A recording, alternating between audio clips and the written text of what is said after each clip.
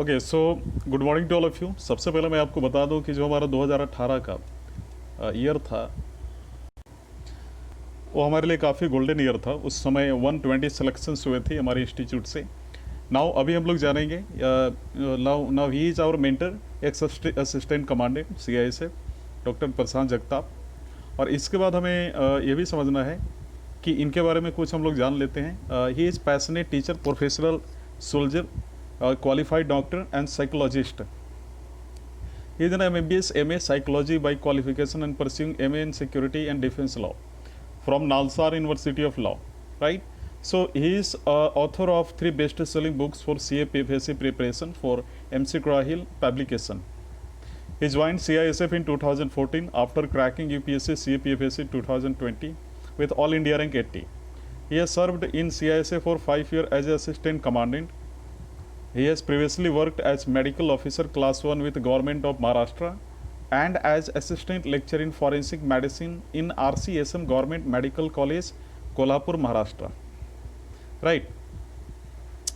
Now इनके बारे में मैं अपने बारे में आपको बता दूं। I have a 5+ year of teaching experience both online and offline institutes.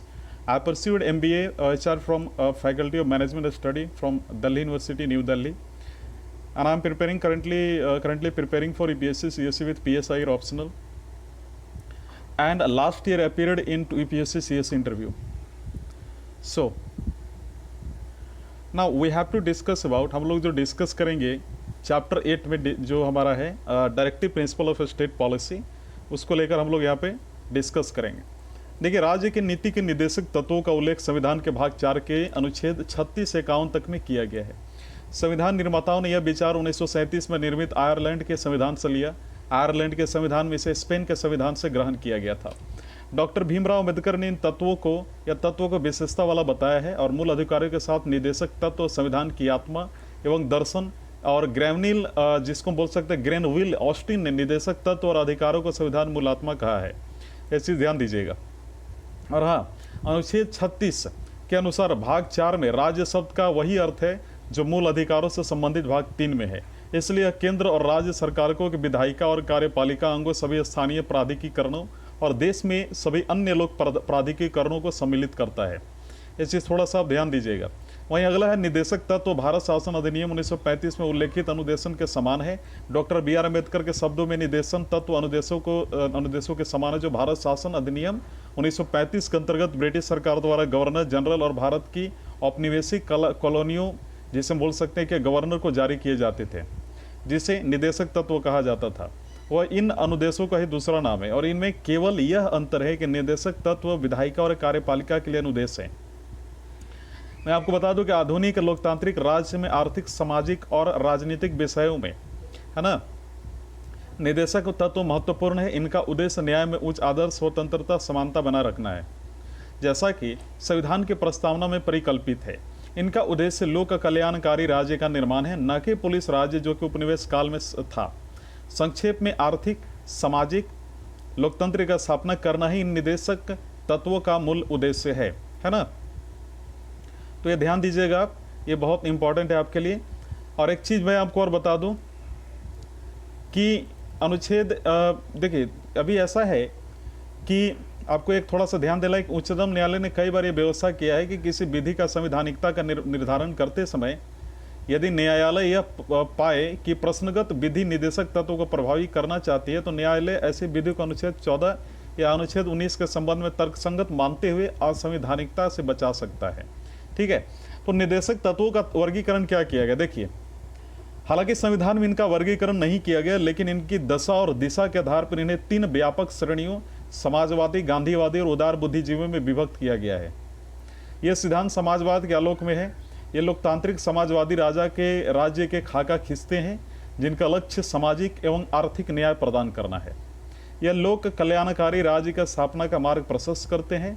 यह राज्य को निर्देश देते हैं कि जो है, मैं आपको बता दूं, लोक कल्याण के अभिवृद्धि के लिए सामाजिक, आर्थिक और राजनीतिक न्याय द्वारा सामाजिक जो व्यवस्था है सुनिश्चित करना और आय, प्रतिष्ठा, सुविधा और अवसरों के समानता को समाप्त करना।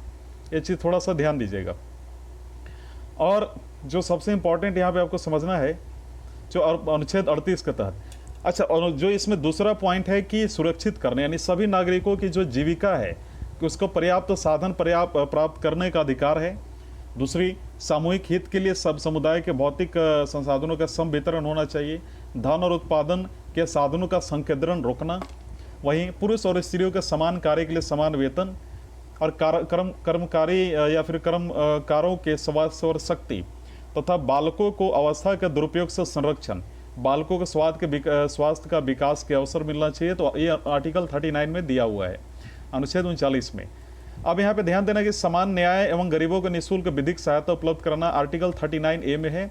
काम पाने के, शिक्षा पाने के, बेकारी, बुढ़ापा, बीमारी और निःशक्तता की दशा में लोक सहायता पाने के अधिकार को संरक्षित करना अनुच्छेद 41 में है। काम के न्याय संगत मनोवांछित दशाओं तथा प्रसूति सहायता का उपबंध कराना अनुच्छेद 42 में दिया है।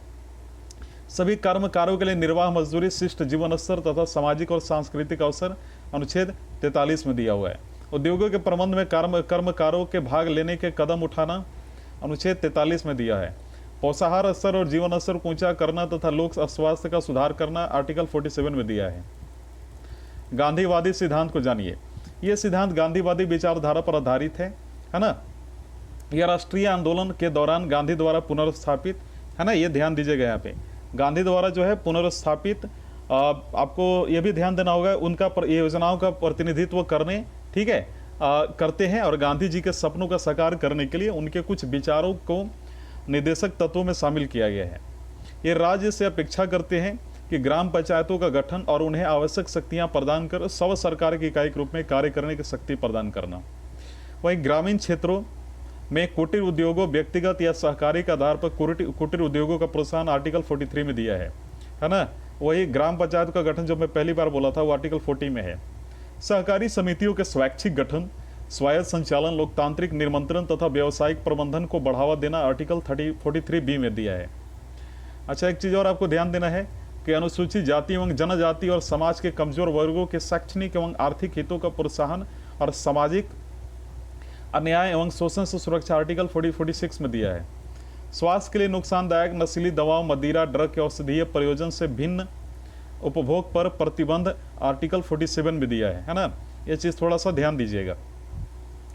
गाय, बछड़ा एवं अन्य दुधारू पशुओं की बलि पर रोक और उनकी नस्लों में सुधार को प्रोत्साहन आर्टिकल 40 में दिया है, 48 में। उदार बौद्धिक सिद्धांत के बारे में जानते हैं, लिबरल इंटेलेक्चुअल थ्योरी जो है ना, प्रिंसिपल जो है, यहाँ पे आप देख सकते हैं। तो इन श्रेणी में या फिर इस श्रेणी में उन सिद्धांतों को शामिल किया गया है जो उदारवादी की विचारधारा से संबंधित है। ये राज्य को निर्देश देते हैं कि भारत के समस्त राज्य क्षेत्र में नागरिकों के लिए एक समान सिविल संहिता होनी चाहिए, यानी यूनिफॉर्म सिविल कोड, जो आर्टिकल 44 में है। सभी बालकों को 14 वर्ष की आयु पूरी करने तक निःशुल्क और अनिवार्य शिक्षा देना आर्टिकल 45 में है। कृषि और पशुपालन को आधुनिक और वैज्ञानिक प्रणालियों से करना या फिर उसको सुसज्जित करना आर्टिकल 48 में है। पर्यावरण का संरक्षण तथा संवर्धन और वन्य जीवों की रक्षा जो है आर्टिकल 48 में ए में है। राष्ट्रीय महत्व वाले घोषित किए गए कलात्मक या ऐतिहासिक अभिरुचि वाले संस्मारक या स्थानीय वस्तु का संरक्षण जो है आर्टिकल 49 में है। राज्य की लोक सेवा में न्यायपालिका को कार्यपालिका से पृथक करना, अलग करना आर्टिकल 50 में है। अंतर्राष्ट्रीय शांति और सुरक्षा की अभिवृद्धि करना तथा राष्ट्रों के बीच जो है न्यायपूर्ण और सम्मानपूर्ण संबंधों को बनाए रखना, अंतर्राष्ट्रीय विधि और संधि बाध्यताओं के प्रति आदर बढ़ाना, और हम बोल सकते हैं कि अंतर्राष्ट्रीय विवादों को मध्यस्थ द्वारा निपटाने के प्रोत्साहन देना आर्टिकल 51 में है। तो एक न्यू डायरेक्टिव ऑफ स्टेट, जिसको हम बोल सकते हैं प्रिंसिपल जो है स्टेट डायरेक्टिव, जिसको बोल सकते हैं न्यू डायरेक्टिव प्रिंसिपल को लेकर कुछ बातें हैं जो आपको समझनी है। वो ये है कि 42वां संशोधन अधिनियम 1976 में निर्देशक तत्वों की मूल सूची में 4 तत्व, ध्यान दीजिएगा, 4 तत्व जो है क्या किए गए और जोड़े गए। इनकी भी राज्य से अपेक्षा रहती है। तो बच्चों की विकास, स्वस्थ विकास के लिए अवसरों को सुरक्षित करना आर्टिकल 39 जो जोड़ा गया था, ये ध्यान देना है। समान न्याय को बढ़ावा देने के लिए और गरीबों को मुफ्त कानूनी सहायता प्रदान करने के लिए आर्टिकल 39 जोड़ा गया। उद्योगों और प्रबंधन में श्रमिकों की भागीदारी की सुरक्षा करने के लिए कम कदम उठाने के लिए आर्टिकल 43 किया गया। रक्षा और पर्यावरण को बेहतर बनाने और जंगलों के वन्य जीवन की सुरक्षा के लिए 48 किया गया आर्टिकल। वहीं 44वां संशोधन अधिनियम 1978 एक और निदेशक तत्व को जोड़ता है, जो राज्य से अपेक्षा करता है कि वह आय, प्रतिष्ठा एवं सुविधा के असर में असमानता को समाप्त करे, आर्टिकल 38 में। वहीं 86 यानी 86वां संशोधन अधिनियम 2002 में अनुच्छेद 45 के विषय वस्तु को बदला गया। प्राथमिक शिक्षा को आर्टिकल 21A के, है ना, जिसे हम बोल सकते हैं तहत मूल अधिकार बनाए गए और संशोधित निदेशक तत्वों में राज्यों से अपेक्षा की गई कि वह बचपन देखभाल के अलावा सभी बच्चों को 6 वर्ष की आयु तक निःशुल्क शिक्षा उपलब्ध कराएगा। सहकारी समितियों से संबंधित एक नया 97 जैसे बोल सकते हैं संशोधन अधिनियम 2011 द्वारा सहकारी समितियों से संबंधित एक नया नीति निदेशक सिद्धांत जोड़ा गया। इसके अंतर्गत राज्यों से यह अपेक्षा की गई है कि वे सहकारी समितियों के स्वैच्छिक गठन, स्वायत्त संचालन, लोकतांत्रिक निमंत्रण तथा व्यावसायिक प्रबंधन को बढ़ावा दें, आर्टिकल 43 भी। तो ये हम लोगों ने देखा कुछ संतुति है, जैसे निदेशक सिद्धांतों के बीच संतुति है, सैंक्शन बिहाइंड डायरेक्टिव प्रिंसिपल्स। संविधान सभा के संवैधानिक सलाहकार सर BN राव ने इस बात की संतुति की थी कि व्यक्तिक या फिर व्यक्तिक जो हम बोल सकते हैं अधिकारों को 2 श्रेणियों जैसे न्यायोचित और गैर न्यायोचित में बांटा जाना चाहिए, जिसे प्रारूप समिति द्वारा स्वीकार कर लेगा। और इस तरह न्यायोचित प्रकृति वाले मूल अधिकारों को भाग 3 में उल्लेखित किया गया और गैर न्यायोचित निदेशक तत्वों के संविधान के भाग 4 में रखा गया। ये ध्यान दीजिएगा। अब अगला जो है हमारा, जो हमें ध्यान देना है, वो है निदेशक तत्वों की आलोचना यानी क्रिटिसिज्म। लेकिन वो इतना इंपॉर्टेंट नहीं है जितना आप ये सोच रहे हो, क्योंकि एग्जाम के लिए जो हमारा प्री के लिए यानी पेपर 1 के लिए इंपॉर्टेंट, उसी के बारे में जानेंगे। अब समझिए कि मूल अधिकारों एवं निदेशक तत्वों में टकराव को लेकर कुछ बातें हैं। एक और, मूल अधिकारों की न्यायोचितता और निदेशक तत्वों की गैर न्यायोचितता तथा दूसरी ओर निदेशक तत्वों अनुच्छेद 37 को लागू करने के लिए राज्य की नैतिक बाध्यता ने दोनों के मध्य टकराव को जन्म दिया है। यह स्थिति संविधान लागू होने के समय से ही है। चंपाकम दोरायरेजन मामले जो कि 1951 में हुआ था, उसमें उच्चतम न्यायालय ने व्यवस्था दी थी कि निदेशक सिद्धांत एवं मूल अधिकारों को के बीच किसी तरह के टकराव में मूल अधिकार प्रभावी होंगे, है ना। और इसमें घोषणा की गई कि निदेशक सिद्धांत मूल अधिकारों के पूरक रूप में सुनिश्चित रूप से लागू होंगे। लेकिन यह भी तय हुआ कि मूल अधिकारों को संसद द्वारा संविधान संशोधन प्रक्रिया के तहत संशोधित किया जा सकता है। और इसी के फलस्वरूप संसद ने प्रथम संशोधन अधिनियम 1951, चौथा संशोधन अधिनियम 1955 और 17वां संशोधन अधिनियम 1964 द्वारा कुछ निर्देशों में लागू किया। तो उपरोक्त जो हम लोगों ने अभी मामला हम लोगों ने पढ़ा, इसमें एक चीज़ आपको ध्यान देना है कि 1967 में उच्चतम न्यायालय के फैसले में गोलकनाथ मामले से एक व्यापक परिवर्तन हुआ। इस मामले में उच्चतम न्यायालय ने व्यवस्था दी कि संसद किसी मूल अधिकार जो अपनी प्रकृति में उल्लंघनीय है को समाप्त नहीं कर सकती है। दूसरे शब्दों में निदेशक तत्वों को लागू करने के लिए मूल अधिकारों में संशोधन नहीं किया जा सकता। तो संसद ने गोलकनाथ मामले 1967 में जो हुआ था, उस पर उच्चतम न्यायालय फैसले पर 24वां संशोधन अधिनियम 1971 और 25वां संशोधन अधिनियम 1971 के द्वारा प्रतिक्रिया व्यक्त की। 24वां संशोधन अधिनियम में घोषणा की गई कि संसद को अधिकार है कि वह संवैधानिक संशोधन अधिनियम के तहत मूल अधिकारों को समाप्त करे या कम कर दें। 25वां संशोधन अधिनियम के तहत एक नया अनुच्छेद 31 ग, जिसे हम बोल सकते हैं 31 ग जोड़ा गया, जिसमें निम्नलिखित व्यवस्थाएं की गई थी। जैसे अनुच्छेद, ये काफ़ी लंबा है लेकिन मैं आपको बता दूं कि अनुच्छेद 39A, B और C में वर्णित समाजवादी निदेशक तत्वों को लागू कराने वाले किसी विधि को इस आधार पर अवैध नहीं घोषित किया जा सकता कि अनुच्छेद 14 विधि के समक्ष समता और विधियों के समान संरक्षण, अनुच्छेद 19 वाक्य स्वतंत्रता, सम्मेलन संचरण के संबंध में 6 अधिकारों का संरक्षण या अनुच्छेद 31 संपत्ति का अधिकार द्वारा प्रदत्त मूल्यों का मूल अधिकारों का उल्लंघन है। ऐसी नीति को प्रभावी बनाने की घोषणा करने वाली किसी भी विधि को न्यायालय में इस आधार पर चुनौती नहीं दी जा सकती है कि ऐसी नीति को प्रभावी नहीं करता। तो ये तो हम लोगों ने देखा, लेकिन आपको मैं बता दूं कुछ महत्वपूर्ण बिंदु जो आपको समझना है। मूल अधिकार और निदेशक तत्वों में क्या, यानी फंडामेंटल राइट और DPSP में क्या फ़र्क है, मेन फ़र्क क्या है। देखिए, मूल अधिकार की जब हम बात करते हैं तो यह नकारात्मक, जैसा कि यह राज्य को कुछ मसलों पर कार्य करने से प्रतिबंधित करता है ना, ये ध्यान दीजिएगा। वही निदेशक तत्व यह सकारात्मक है, राज्य को कुछ मसलों पर इनकी आवश्यकता होती है। मूल अधिकार ये न्यायोचित होते हैं, इनके हनन पर न्यायालय द्वारा इन्हें लागू कराया जा सकता है। वहीं गैर निदेशक तत्व ये गैर न्यायोचित होते हैं, इन्हें कानूनी रूप से न्यायालय द्वारा लागू नहीं कराया जा सकता। मूल अधिकार, इनका उद्देश्य देश में लोकतांत्रिक राजनीति व्यवस्था स्थापित करना है। निदेशक तत्व इनका उद्देश्य देश में सामाजिक और आर्थिक लोकतंत्र की स्थापना करना है। वहीं यह कानूनी रूप से मान्य है मूल अधिकार, लेकिन इन्हें नैतिक और राजनीतिक मान्यता प्राप्त है निदेशक तत्वों को। यह व्यक्तिगत कल्याण को प्रोत्साहन देते हैं, इस प्रकार ये व्यक्तिगत है जिसे बोल सकते हैं मूल अधिकार, लेकिन यह समुदाय के कल्याण को प्रोत्साहित करते हैं। इस तरह यह समाजवादी है निदेशक तत्व, और इनको लागू करने के लिए विधान की आवश्यकता नहीं है, यह स्वतः लागू होते हैं मूल अधिकार।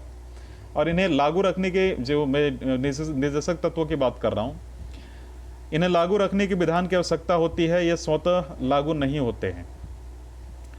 और न्यायालय इस बात के लिए बाध्य है कि किसी भी मूल अधिकार के हनन की विधि को वह गैर संवैधानिक और एवं अवैध घोषित करें। लेकिन निदेशक तत्वों का उल्लंघन करने वाली किसी विधि को न्यायालय असंवैधानिक और अवैध घोषित नहीं कर सकता है। यद्यपि विधि की वैधता को इस आधार पर सही ठहराया जा सकता है कि इन्हें निदेशक तत्वों को प्रभावित करने के लिए लागू किया गया था। यह ध्यान दीजिएगा। अब अगली जो हमारी ये काफ़ी इंपॉर्टेंट है, वो है हमें समझना है एक चीज़ जो हमारे लिए एग्जाम के लिए फंडामेंटल ड्यूटी। ठीक है, ये समझिए। ठीक है, तो अभी हमें देखना है फंडामेंटल ड्यूटी के बारे में हम लोग डिस्कस करेंगे। ठीक है, तो चलिए इस बारे में देखते हैं। हमारा है फंडामेंटल ड्यूटी। ठीक है, तो चलिए समझिए। अभी क्या है कि नागरिकों के अधिकार और कर्तव्य आपस में संबंधित और अविभाज्य हैं, है ना। लेकिन मूल संविधान में मूल अधिकारों को रखा गया, न कि मूल कर्तव्यों को। तो दूसरे शब्दों में अगर हम लोग बात करें तो संविधान निर्माताओं ने यह आवश्यक नहीं समझा कि नागरिकों के मूल कर्तव्यों को संविधान में जोड़ा जाए। 1976 में नागरिकों के मूल कर्तव्यों को संविधान में जोड़ा गया। 2002 में एक और मूल कर्तव्य को जोड़ा गया, है ना। ध्यान दीजिएगा कि भारतीय संविधान में मूल कर्तव्यों को पूर्वी रूसी संविधान से प्रभावित होकर लिया गया है। और उल्लेखनीय है कि प्रमुख लोकतांत्रिक देशों जैसे America, Canada, France, Germany, Australia आदि संविधान में नागरिकों के कर्तव्य को विश्लेषित नहीं किया गया है। संभवतः एकमात्र जापानी संविधान में नागरिकों के कर्तव्य को रखा गया है। ये ध्यान दीजिएगा। रूस के संविधान में घोषणा की गई है कि नागरिकों का अधिकार, प्रयोग एवं स्वतंत्रता उनके कर्तव्यों एवं दायित्वों के निष्पादन से अविभाज्य है। तो स्वर्ण सिंह समिति के कुछ सिफारिशें, उस बारे में हम लोग डिस्कस करेंगे। 1976 में कांग्रेस पार्टी ने सरदार स्वर्ण सिंह समिति का गठन किया, जिसे राष्ट्रीय आपातकाल के 1975 और 77 के दौरान मूल कर्तव्य और उनकी, जिसे हम बोल सकते हैं, आवश्यकता आदि के संबंध में प्रस्तुति देनी थी। समिति ने सिफारिश की कि संविधान में मूल कर्तव्यों को एक अलग पाठ होना चाहिए। इसमें बताया गया कि नागरिकों को अधिकार के प्रयोग के अलावा अपने कर्तव्यों को भी निभाना आना चाहिए। केंद्र में कांग्रेस सरकार ने सिफारिशों को स्वीकार करते हुए 42वां संविधान संशोधन अधिनियम 1976 को लागू किया। इसके माध्यम से संविधान में एक नए भाग 4 को जोड़ा गया। इस नए भाग में केवल एक अनुच्छेद था और अनुच्छेद 51 का था, जिसमें पहली बार नागरिकों के 10 मूल कर्तव्यों का विशेष उल्लेख किया गया। सत्तारूढ़ कांग्रेस पार्टी ने घोषणा की कि संविधान में कुल मूल कर्तव्यों को न जोड़ा जाना ऐतिहासिक भूल थी। दावा किया कि जो काम संविधान निर्माता नहीं कर पाए उसे अब किया गया है। और एक चीज़ ध्यान दीजिएगा, यद्यपि स्वर्ण सिंह समिति ने संविधान में 8 मूल कर्तव्यों को जोड़े जाने का सुझाव दिया था, लेकिन 42वां संविधान संशोधन अधिनियम 1976 द्वारा 10 मूल कर्तव्यों को जोड़ा गया। समिति द्वारा किए गए कुछ सिफारिशों को कांग्रेस पार्टी द्वारा स्वीकार नहीं किया गया और इन्हें संविधान में शामिल नहीं किया गया। इनमें शामिल थे कि जैसे संसद किसी आर्थिक दंड या सजा का प्रावधान तभी कर सकती है जब कोई किसी कर्तव्य अनुपालन से इनकार कर दे, और मूल अधिकारों को लागू करने के आधार पर मूल कर्तव्यों के अरुचिकर होने के आधार पर कोई भी कानून इस तरह के अर्थ दंड सजा लगाने का प्रावधान अदालत द्वारा नहीं करेगा। कर अदायगी भी नागरिकों के मूल कर्तव्य का होना चाहिए। मूल कर्तव्यों की सूची अनुच्छेद 51 का के अनुसार भारत के प्रत्येक नागरिक की कर्तव्य होगा कि वह, जो हम लोग सूची की बात कर रहे हैं, कि वह संविधान का पालन करे और उसके आदर्शों, संस्थाओं, राष्ट्रध्वज और राष्ट्रगान का आदर करे। स्वतंत्रता के लिए जो हम लोग बात करें, जो हमारा दूसरा है, ध्यान देना, स्वतंत्रता के लिए हमारे राष्ट्रीय आंदोलन को प्रेरित करने वाले उच्च आदर्शों को हृदय में संजोए रखें, उनका पालन करें। तीसरा, भारत की जो सोवरेनिटी या संप्रभुता, एकता और अखंडता की रक्षा करें और उसे अक्षुण्ण रखें। देश की रक्षा करें, आह्वान किए जाने पर राष्ट्र की सेवा करें। भारत के सभी लोगों ने समरसत्ता और समान पर भातृत्व की भावना का निर्माण करें, जो धर्म, भाषा, प्रदेश या वर्ग आधारित सभी भेदभाव से परे हो। ऐसी प्रथाओं का त्याग कर जो स्त्रियों के समान विरुद्ध है। हमारी सामाजिक संस्कृति की गौरवशाली परंपरा का महत्व समझें और उसका परीक्षण करें। प्राकृतिक पर्यावरण की, जिसके अंतर्गत वन, झील, नदी और वन्य जीव, उसका रक्षा करें, उसका संवर्धन करें तथा परिणाम या फिर प्राणी मात्र के प्रति दया भाव रखें, है ना। ये चीज ध्यान देना है। वैज्ञानिक दृष्टिकोण, मानववाद और ज्ञानार्जन तथा सुधार की भावना का विकास करें। सार्वजनिक संपत्ति को सुरक्षित रखें और हिंसा से दूर रहें। व्यक्तिगत सामूहिक गतिविधियों के सभी क्षेत्रों में उत्कर्ष की ओर बढ़ने का सतत प्रयास करें, जिससे राष्ट्र निरंतर बढ़ते हुए प्रयत्न और उपलब्धि की नई ऊंचाइयों को छू ले। 6 से 14 वर्ष तक की उम्र के बीच अपने बच्चों को शिक्षा का अवसर उपलब्ध कराना, यह कर्तव्य 86वां संविधान संशोधन अधिनियम 2002 के द्वारा जोड़ा गया था। ये ध्यान दीजिएगा, है ना। तो ये कुछ महत्वपूर्ण बिंदु थी जो आपको जानना है। और इसकी जो मूल कर्तव्यों की जो विशेषताएं हैं ना, ये पेपर 2 के लिए, ये सब जानते हैं, सब मेंस के लिए जो IAS की है। वहीं आप अगर आप मूल कर्तव्यों की आलोचना करें तो ये भी आपके लिए इंपॉर्टेंट नहीं है। सिग्निफिकेंस, मूल कर्तव्यों का महत्व भी आपके लिए इंपॉर्टेंट नहीं है।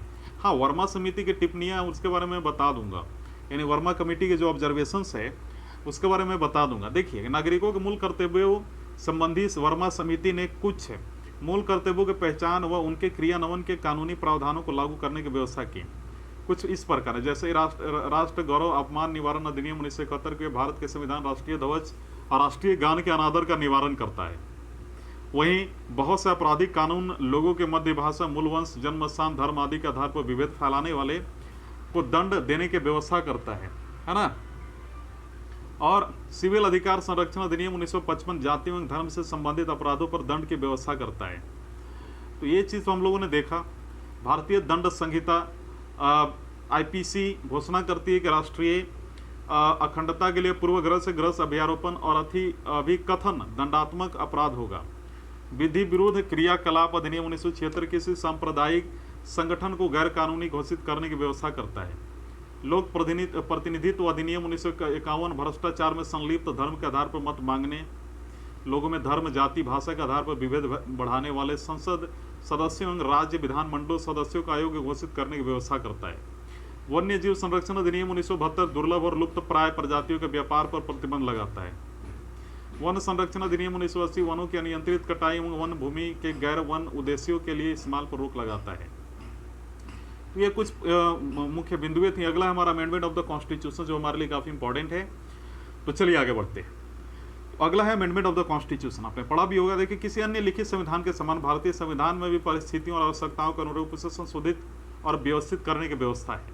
हालांकि इसकी संशोधन प्रक्रिया ब्रिटेन के समान आसान अथवा अमेरिका के समान अत्यधिक कठिन नहीं है। दूसरे शब्दों में, भारतीय संविधान न तो लचीला है न तो कठोर है, यद्यपि ये दोनों का सम्मिश्रण है। संविधान के भाग 20 के अनुच्छेद 368 में संसद को संविधान एवं उसकी व्यवस्था को संशोधन की शक्ति प्रदान की गई है। यह उल्लेखित करता है कि संसद अपनी संविधायी शक्ति का प्रयोग करते हुए संविधान के किसी उपबंध का परिवर्धन और परिवर्तन या निरसन के रूप में संशोधन कर सकती है। हालांकि संविधान उन व्यवस्थाओं को संशोधित नहीं कर सकता जो संविधान के मूल ढांचे से संबंधित हो। यह व्यवस्था उच्चतम न्यायालय द्वारा केशव नंद भारतीय मामले 1973 में दी गई। तो अनुच्छेद 368 में संशोधन की प्रक्रिया का निम्नलिखित तरीके से उल्लेख किया गया है। ये चीज ध्यान दीजिएगा। लेकिन एक चीज ध्यान देना है कि संविधान के संशोधन का आरंभ संसद के किसी सदन में इस प्रयोजन के लिए विधेयक पूरा स्थापित करके ही किया जा सकेगा, राज्य विधानमंडल में नहीं। विधेयक को किसी मंत्री या गैर सरकारी सदस्य द्वारा पूरा स्थापित किया जा सकता है। इसके लिए राष्ट्रपति की पूर्ण स्वीकृति आवश्यकता नहीं होगी। विधेयक को दोनों सदनों में विशेष बहुमत से पारित करना अनिवार्य है। यह बहुमत 50% से अधिक सदन की कुल सदस्य संख्या के आधार पर सदन में उपस्थित सदस्यों के 2/3 बहुमत या मतदान द्वारा होना चाहिए। वहीं प्रत्येक सदन में विधेयक की अगर बात करें तो उसको अलग अलग पारित कराना अनिवार्य है। दोनों सदनों के बीच असहमति होने पर दोनों सदनों की संयुक्त बैठक में विधेयक को पारित कराने के प्रावधान नहीं है। यदि विधेयक संविधान के संघीय व्यवस्था के संशोधन के मुद्दे पर हो तो इसे आधे राज्यों के विधानमंडल से भी सामान्य बहुमत से पारित किया होना चाहिए। यह बहुमत सदन में उपस्थित सदस्यों के बीच मतदान के तहत, ये ध्यान रखना है। अच्छा, तो संसद के दोनों सदनों से पारित होने एवं राज्य विधानमंडलों की संतुति के बाद जहां आवश्यक हो वो फिर राष्ट्रपति के पास सहमति के लिए भेजा जाता है। वहीं राष्ट्रपति विधेयक को सहमति देंगे, वे न तो विधेयक को अपने पास रख सकते हैं और न ही संसद के पास पुनर्विचार के लिए भेज सकते हैं। राष्ट्रपति की सहमति के बाद विधेयक एवं अधिनियम बन जाता है और संविधान संशोधन अधिनियम और संविधान में अधिनियम की तरह इसका समावेश कर लिया जाता है। संशोधन के प्रकारों की अगर बात करें तो अनुच्छेद 368 2 प्रकार के संशोधनों की व्यवस्था कराता है। यह संसद के विशेष बहुमत द्वारा, आधे राज्यों द्वारा, साधारण बहुमत के माध्यम से, संतुति द्वारा इस प्रकार से करता है। लेकिन कुछ अन्य अनुच्छेद संसद के साधारण बहुमत से इस संविधान के कुछ उपबंध संशोधित हो सकते हैं। यह बहुमत प्रत्येक सदन में उपस्थित, याद रखना, उपस्थित में मतदान, साधारण विधायी प्रक्रिया, सिंपल मेजोरिटी जिसे बोल सकते हैं, उसके द्वारा होता है। आपको मालूम होना चाहिए कि यह संशोधन अनुच्छेद 368 के उद्देश्यों के तहत नहीं होते हैं। और इस तरह संविधान संशोधन 3 प्रकार से हो सकता है। पहला तो संसद के साधारण बहुमत द्वारा संशोधन, संसद के विशेष बहुमत द्वारा संशोधन, संसद के विशेष बहुमत द्वारा एवं आधे राज्यों विधानमंडलों की संतुति के उपरांत संशोधन। अब समझते हैं कि संसद के साधारण बहुमत द्वारा संशोधन क्या है। संविधान के अनेक उप संबंध या उपबंध संसद के दोनों सदनों साधारण बहुमत से संशोधित किए जा सकते हैं। ये व्यवस्था अनुच्छेद 368 की सीमा से बाहर है। इन व्यवस्थाओं में शामिल है नए राज्यों का प्रवेश या गठन, नए राज्यों का निर्माण और उसके क्षेत्र, सीमाओं या संबंधित राज्यों के नाम का परिवर्तन, राज्य विधान परिषद का निर्माण एवं उसकी समाप्ति। दूसरी अनुसूची राष्ट्रपति, राज्यपाल, लोकसभा अध्यक्ष, न्यायाधीश आदि के लिए परिलब्धियाँ, भले विशेषाधिकार आदि, इस तरीके से हम बोल सकते हैं। संसद में गणपूर्ति, संसद सदस्यों के वेतन एवं भत्ते साधारण बहुमत द्वारा, और संसद में प्रक्रिया, नियम, संसद और इसके सदस्यों की अगर बात की जाए और उसकी समितियों का विशेषाधिकार, संसद में अंग्रेजी भाषा का प्रयोग, उच्चतम न्यायालयों में और न्यायाधीशों की संख्या, उच्चतम न्यायालय के न्याय क्षेत्रों को ज़्यादा महत्व प्रदान करना, राजभाषा का प्रयोग, नागरिकता की प्राप्तियों की समाप्ति, संसद एवं राज्य विधानमंडल के निर्वाचन क्षेत्रों का पुनर्निर्धारण, केंद्र शासित प्रदेश, 5वीं अनुसूची अनुसूचित क्षेत्रों एवं अनुसूचित जनजातियों का प्रशासन, 6ठी अनुसूची जनजातीय क्षेत्रों का प्रशासन।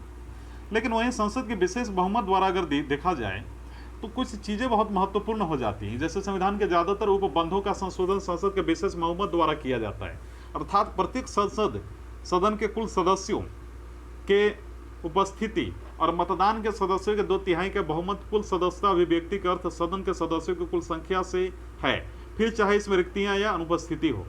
तो स्पष्ट शब्दों में विशेष बहुमत की आवश्यकता विधेयक के तीसरे पठन चरण पर केवल मतदान के लिए आवश्यक होती है, परंतु पूर्ण बचाव के लिए विधेयक को सभी अवस्थाओं के संबंध में सभा के नियम में विशेष बहुमत की आवश्यकता की व्यवस्था की गई है ना। इस तरह संशोधन व्यवस्था में शामिल है मूल अधिकार, राज्य के नीति निर्देशक तत्व और वे सभी उपबंध जो प्रथम और तृतीय श्रेणी में उपलब्ध संबंध नहीं है। संसद के विशेष बहुमत एवं राज्यों की स्वीकृति द्वारा अगर बात की जाए लास्ट में, तो नीति के संघीय ढांचे से संबंधित संविधान के उपबंधों का संसद के विशेष बहुमत द्वारा संशोधित किया जा सकता है।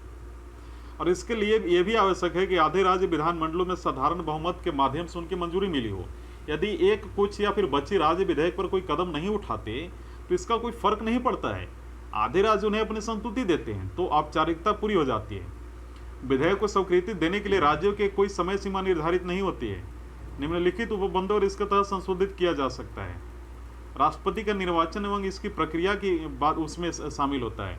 केंद्र एवं राज्य कार्यकारिणी की शक्तियों का विस्तार, जिसमें स्टेट का कंसेंट भी चाहिए होता है और पार्लियामेंट की स्पेशल मेजोरिटी।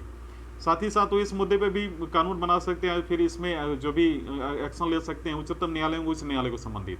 केंद्र और राज्य के बीच विधायी शक्तियों के विभाजन में 7वीं अनुसूची से संबंध कोई विषय हो, संसद में राज्यों का प्रतिनिधित्व हो, चाहे वो संविधान के संशोधन करने के संसद की शक्ति और इसके लिए प्रक्रिया जो कि आर्टिकल 360 स्वयं है। तो ये सारी चीज़ें हैं। तो ये तो हम लोगों ने डिस्कस किया। अगला हमारा basic structure of the constitution है। देखिए, मूल संरचना का प्रादुर्भाव की बात की जाए तो संविधान के अनुच्छेद 368 के अंतर्गत संसद मौलिक अधिकारों में संशोधन कर सकती है या नहीं, यह क्वेश्चन उठता है। देखिए, यह विषय संविधान लागू होने के 1 वर्ष पश्चात ही सर्वोच्च न्यायालय के समक्ष विचारार्थ आया तो शंकरी प्रसाद मामले 1951 में पहला संशोधन अधिनियम 1951 के संवैधानिक वैधता को चुनौती दी गई, जिसमें संपत्ति के अधिकार में कटौती की गई थी। तो वहीं सर्वोच्च न्यायालय ने व्यवस्था दी कि संसद अनुच्छेद 368 में संशोधन की शक्ति के अंतर्गत ही मौलिक अधिकारों में संशोधन की शक्ति अंतर्निहित है। अनुच्छेद 13 में विधि, लॉ शब्द के अंतर्गत मात्र सामान्य विधियां कानून ही आती हैं। इसलिए संसद संविधान की अगर बात की जाए तो संसद संविधान संशोधन अधिनियम पारित कराकर भौतिक अधिकारों को संक्षिप्त कर सकती है अथवा किसी मौलिक अधिकारों को वापस ले सकती है। लेकिन गोलकनाथ मामले 1967 की मैं बात बता रहा हूँ, सर्वोच्च न्यायालय ने अपने पहले वाली स्थिति बदल ली और इस मामले में 17वें संशोधन अधिनियम 1964 की संवैधानिक वैधता की चुनौती दी गई थी, जिसमें 9वीं अनुसूची में राज्य द्वारा की जाने वाली कुछ कार्यवाहियों को जोड़ दिया गया था। तो सर्वोच्च न्यायालय ने व्यवस्था दी कि मौलिक अधिकारों को लोकोत्तर यानी जिसे हम बोल सकते हैं इंग्लिश में कि ट्रांसटेंटल तथा अपरिवर्तनीय यानी इम्यूटेबल स्थान प्राप्त है। इसलिए संसद मौलिक अधिकारों में न तो कटौती कर सकती है, न ही भौतिक अधिकार को वापस ले सकती है। संवैधानिक संशोधन अधिनियम के अनुच्छेद 13 के आशयों के अंतर्गत एक कानून है, इसलिए किसी भी मौलिक अधिकार को उल्लंघन करने में सक्षम नहीं है। तो गोलकनाथ मामले 1967 में सर्वोच्च न्यायालय की व्यवस्था की प्रक्रिया में संसद ने 24वां संशोधन अधिनियम 1971 में अधिनियमित किया और इस अधिनियम ने अनुच्छेद 13 तथा 368 में संशोधन कर दिया और यह घोषित किया कि अनुच्छेद 368 के अंतर्गत संसद को मौलिक अधिकारों को सीमित करने अथवा किसी मौलिक अधिकार को वापस लेने की शक्ति है और ऐसा अधिनियम अनुच्छेद 13 के आशयों के अंतर्गत एक कानून नहीं माना जाएगा, है ना। तो हालांकि केशवानंद भारती मामले की अगर बात की जाए 1973 में, तो सर्वोच्च न्यायालय ने गोलकनाथ मामले में अपने निर्णय को प्रत्यादिष्ट यानी ओवर रूल कर दिया और इसने 24वां संशोधन अधिनियम 1971 की वैधता को बहाल रखा, व्यवस्था दी और संसद मौलिक अधिकारों को सीमित कर सकती है अथवा किसी अधिकार को वापस ले सकती है। तो साथ ही सर्वोच्च न्यायालय ने एक नया सिद्धांत दिया कि संविधान की मूल संरचना यानी बेसिक स्ट्रक्चर का इसने व्यवस्था दी कि आर्टिकल 368 के अंतर्गत सांसद के संवैधानिक अधिकार उससे संविधान की मूल संरचना को ही बदलने की शक्ति नहीं देते। इसका अर्थ यह हुआ कि मौलिक अधिकारों को सीमित नहीं कर सकती संसद, जो है नहीं कर सकती, अथवा वैसे मौलिक अधिकारों को वापस नहीं ले सकती, है ना, जो संविधान की मूल संरचना से जुड़े हैं।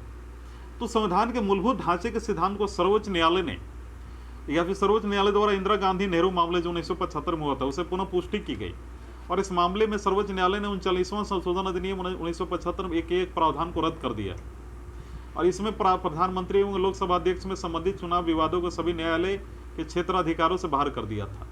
न्यायालय ने कहा कि यह प्रावधान सांसद के संशोधन कार्य शक्ति के बाहर है क्योंकि यह संविधान के मूलभूत ढांचे पर चोट करता है।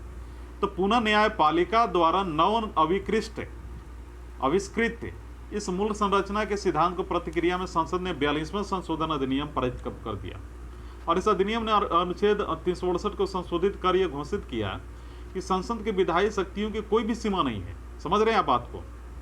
और एक चीज और आप समझिएगा कि यह भी कहा कि और किसी भी संविधान संशोधन को न्यायालय में चुनौती नहीं दी जा सकती किसी भी आधार पर, चाहे वह मौलिक आधारों के अधिकारों के उल्लंघन का ही क्यों ना हो।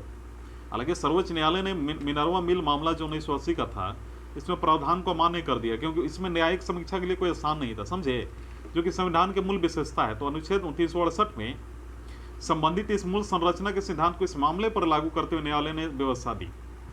ये सारे कुछ मामले थे, लेकिन आपको ध्यान देना है कि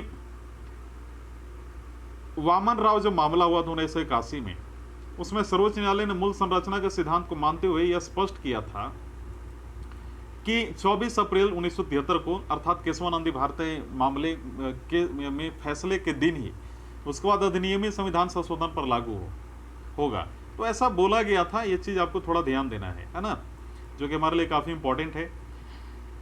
ठीक है, तो एक चीज और समझ लीजिए जो आपके लिए इंपॉर्टेंट है, संविधान के मूलभूत ढांचे का विकास क्या है।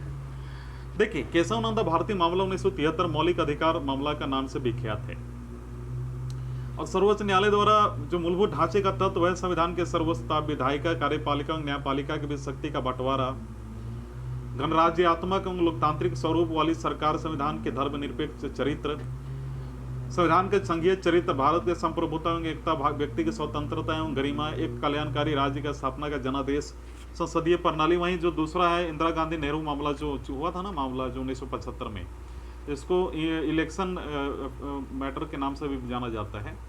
तो भारत के संप्रभु लोकतांत्रिक जिसे बोल सकते हैं लोकतंत्रात्मक गणराज्य, दूसरा जो है व्यक्ति की परिस्थिति एवं अवसर की समानता, धर्मनिरपेक्षता तथा आस्था एवं धर्म की स्वतंत्रता, कानून के सरकार लोगों की सरकार नहीं, ऐसा मामला जो है दिया गया था। न्यायिक समीक्षा की बात की गई थी, स्वतंत्र एवं निष्पक्ष चुनाव जो लोकतंत्र में अंतर्निहित है। मिनर्वा मिल्स जो मामला था 1980 में, उसमें संसद के संविधान संशोधन की सीमित शक्ति के बारे में बात की गई, न्यायिक समीक्षा को लेकर, मौलिक अधिकार एवं नीति निर्देशक सिद्धांतों के बीच सौहार्द एवं संतुलन को लेकर। वही सेंट्रल कोलफील्ड लिमिटेड मामला 1980 में जो हुआ था उसमें न्याय तक प्रभावी पहुंच को लेकर था। वहीं पांचवा भीम सिंह जी मामला जो था 1981 में कल्याणकारी राज्य सामाजिक आर्थिक न्याय को लेकर। एसपी संपत कुमार मामला 1947 जिसमें कानून का शासन न्यायिक समीक्षा की बात की गई। पी संभा मूर्ति मामला 1987 में जो कि कानून का शासन न्यायिक समीक्षा की बात की गई।